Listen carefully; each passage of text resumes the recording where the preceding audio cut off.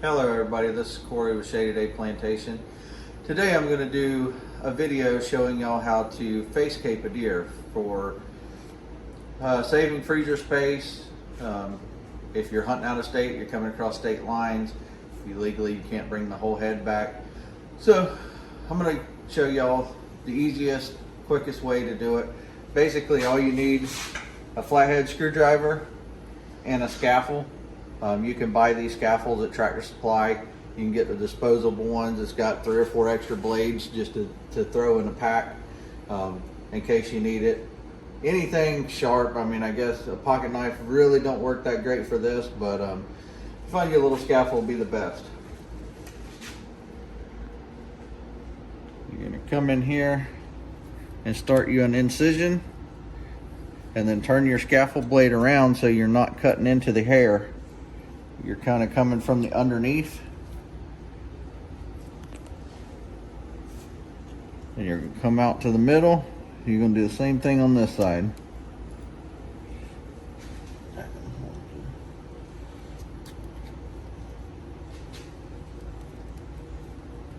You're going to make that connect. You're going to do basically a big Y and then come down the back of the neck.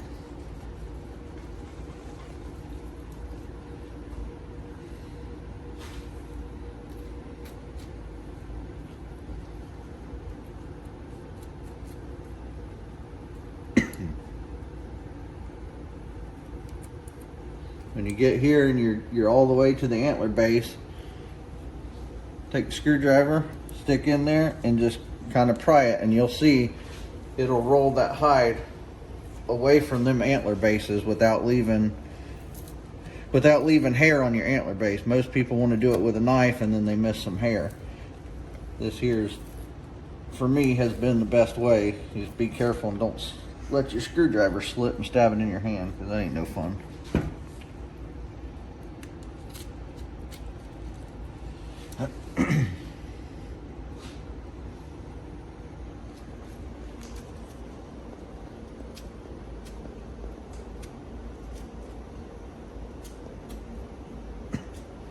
Deer's still a little frozen. Just take your time. Skin around here. Try not to leave a bunch of meat on your hide.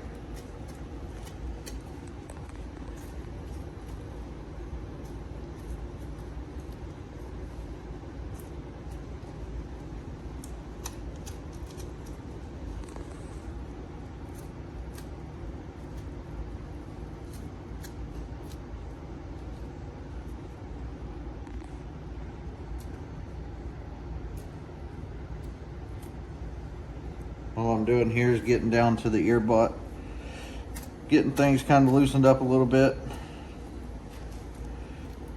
Same thing on this. When you come around the back side of it, you just put a little pressure on your hide. You should be able to get that screwdriver in there and roll it.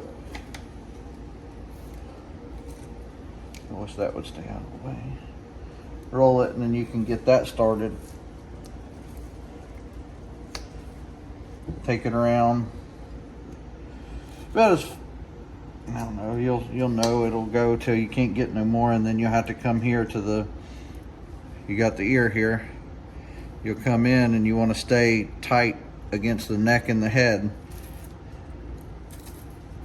And you'll come down in here. Just kind of stay, you'll feel that bone. Kind of stay on it right here. This is actually the back side of the ear butt, this little circle part, so you want to stay tight. Then once you get through that, you can kind of go back until you get back to your hide, and then so there you're back on your hide and leaving your meat on the head.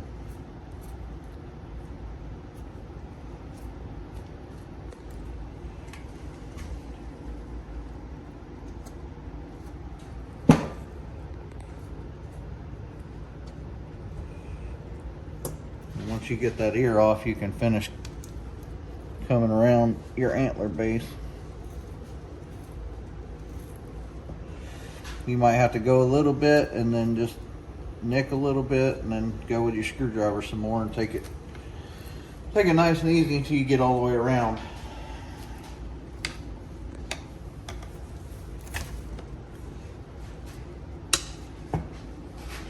There you have you all the way around. Now you just come in and skin it back a little bit.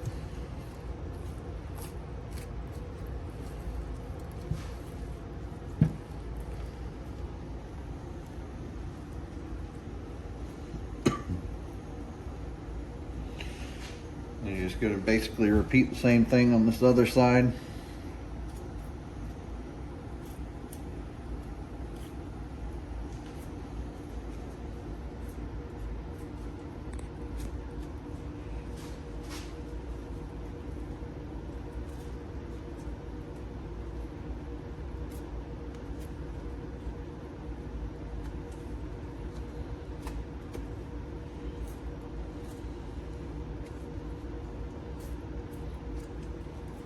Just get it skint down a little bit so you got a little bit of room.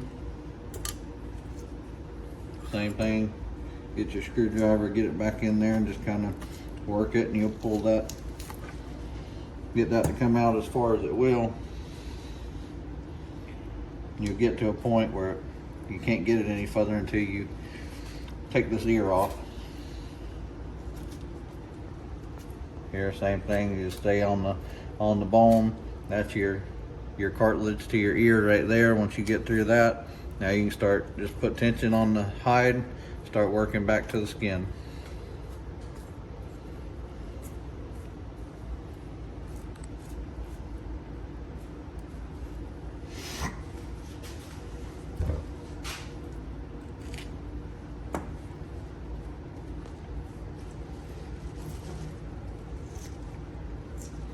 Sometimes with a screwdriver you got to put a little more pressure than you might think to get it to start, but once you get the feel for it, it's pretty easy.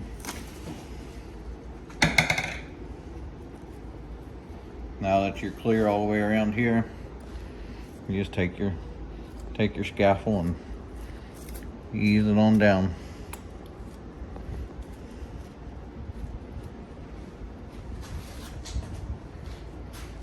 And you'll notice here, by doing this with a screwdriver instead of a knife, you'll see that there's no hair left on your antler base. You want all your hair to stay on your hide and not leave chunks of hide and hair.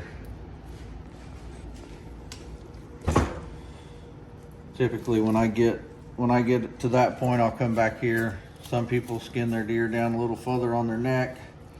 But whatever you're dealing with, you come down here and skin it.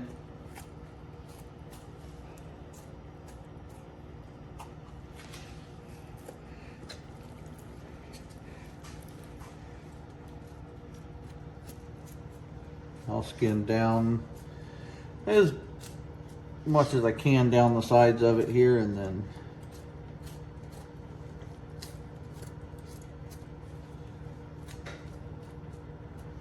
once you get down a pretty good ways, flip it up like that.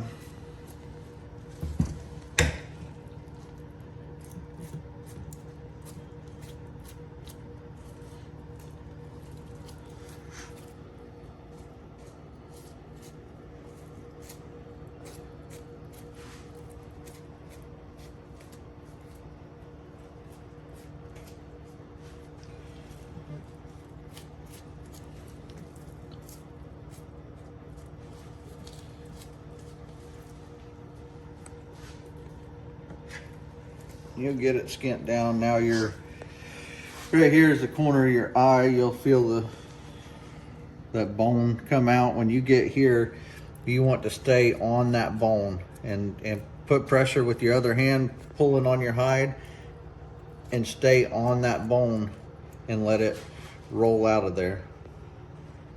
You'll see how right here it's starting to come off of that bone, and it'll come down.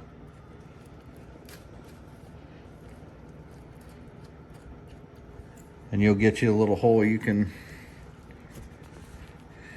see in here that I did not cut that eyelid, once you get your hole, I come in from the other side with my finger and put pressure on it so you can see.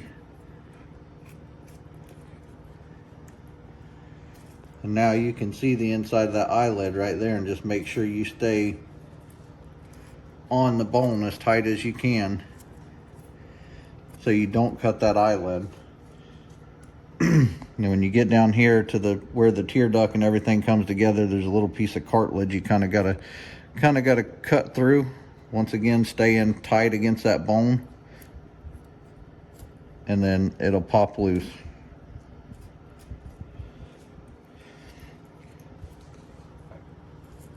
Obviously, where this tear duct is, there's a pretty good indentation. It's the same thing as the corner of that eye right there. You got to stay on the bone. You can see how that's got a pretty good indentation. You just got to keep your scaffold blade down in there and work it out.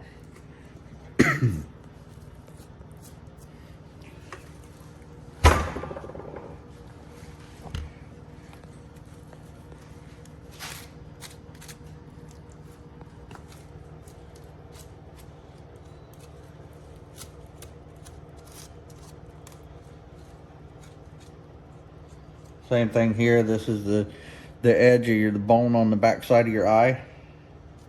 You just stay on that bone and put pressure with your other hand pulling on the hide, and it'll roll out of there.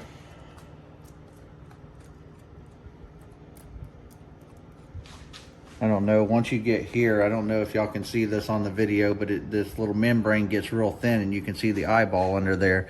When you get to that point, just poke you a little hole in that membrane and you can run your finger up the back side of it. And now you can see the eyelid to make sure what you're cutting.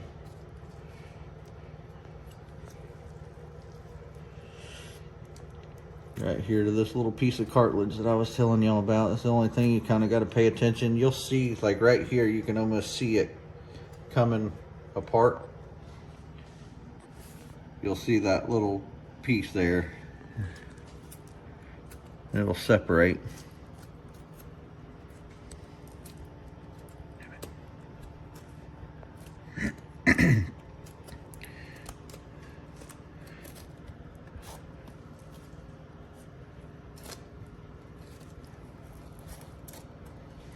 All right, once I get to that point, I'll roll him up here. You can see the inside of these lips. It's like almost a change of color right there that you want to follow. You'll come in here and stay right on your jawline. The taxidermist will need the skin to tuck the lips when you do a mount. I'll come in here until I get back to you can see the back teeth back there. Same thing on the top. Stay right here on this palette. You'll see where the kind of changes colors, and then stay right down that line.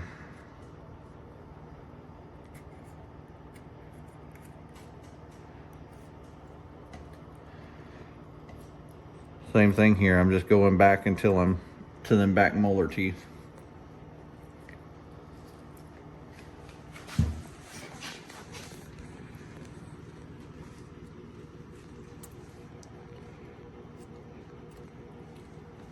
Same thing here. I'm just following this jaw line.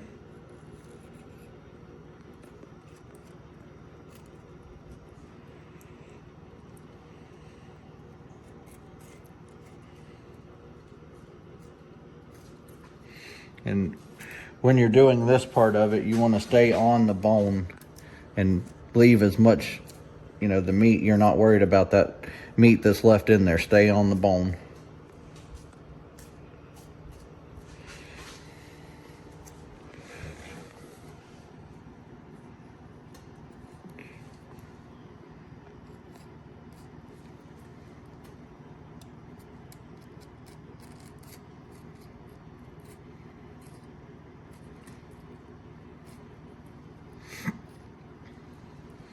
Once you get this rolled up, I just go straight in, just like that. Now then you come back to where you left off here.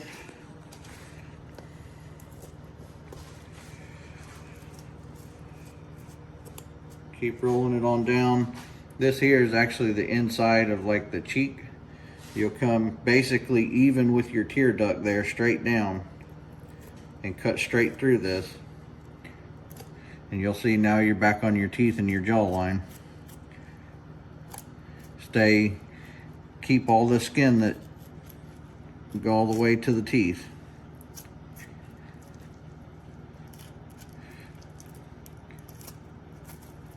And this cut will tie into the cut that you just made on the inside of the mouth.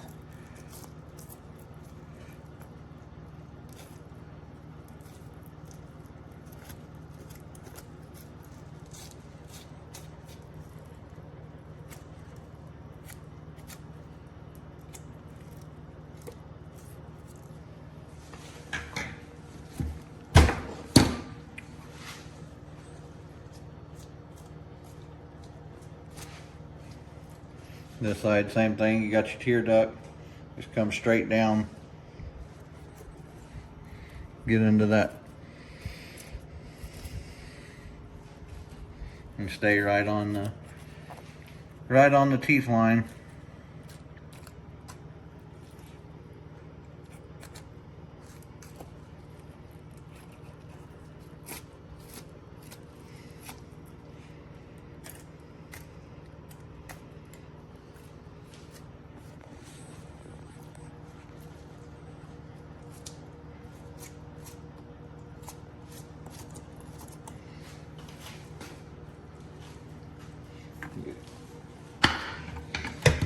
Keep working everything down towards the nose and the mouth.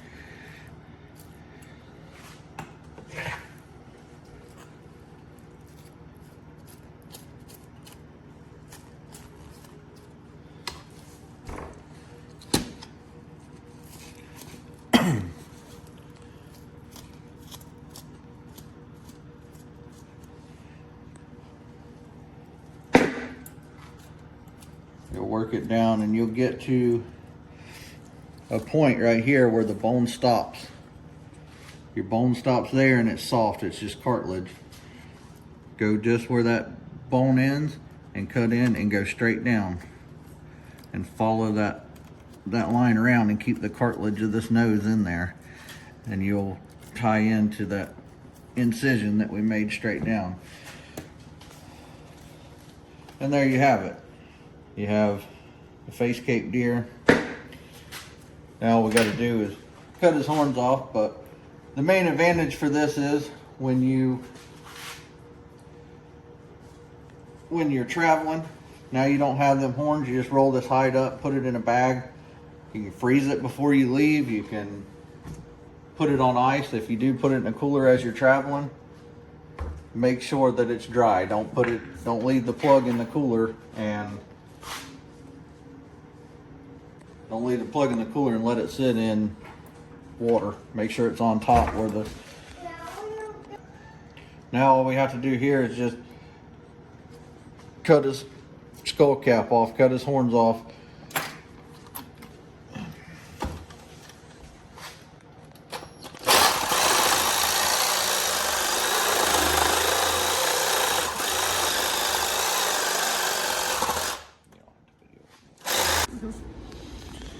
So you can use a handsaw on this.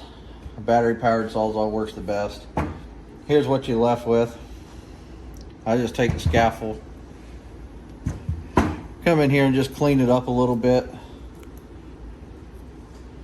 It don't take much. Just clean a little bit of this extra stuff off of it. Once you get everything off of it, I'll sprinkle a little bit of salt on it. It'll just cure what little bit of meat, and it'll pull all the moisture out of it.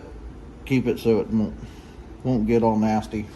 But basically, you get that, and then all you're left with, set of horns and your hide. With it not being combined, it's a lot easier to get it in a cooler. A lot easier to move it around. Plus, even if you're not going across state lines and you're just storing it in your freezer, now all you have is your hide. You're not having a whole head in there taking up, 3 times as much room. But if you are going across if you are hunting out of state, now you are legal transporting it. So hope y'all enjoyed, hope it helped out. We get that question a lot, hear a lot of people talk about it. Y'all stay tuned, like, subscribe, and we'll be doing some more videos soon.